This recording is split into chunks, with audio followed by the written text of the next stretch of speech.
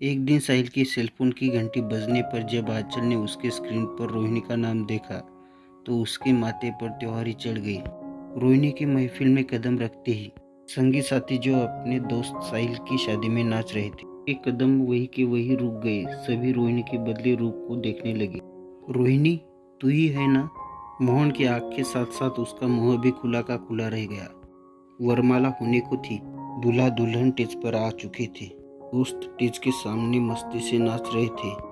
तभी रोहिणी आते ही सारी महफिल का ध्यान उसकी तरफ खिंच गया। यह तो होना ही था। वह लड़की जो कभी लड़कों का पर्यायवाची समझ जाती थी, आज भला खूबसूरत लग रही थी।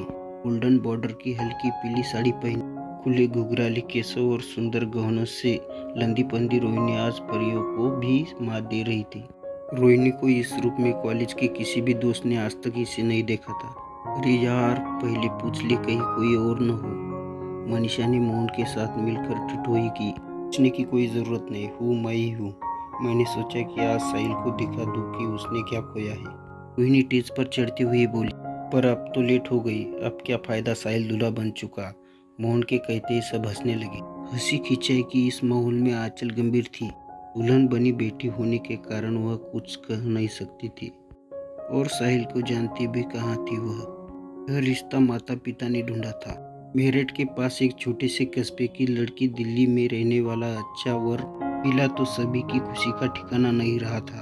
अननन फननन उसकी शादी तय कर दी थी, लेकिन आज ये सब बातें सुनकर उसका दिल बैठा जा रहा था कि कहीं गलती तो नहीं कर बैठी वह। यह लड़की खुलेआम सबके सामने कुछ कह रही है और सब हंस रहे हैं। साहिल भी कुछ नहीं कह रहे।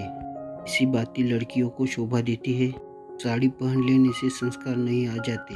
इन्हीं सब विचारों में उछलती आंचल ने धीरे से आंखें उठाकर साहिल की ओर देखा।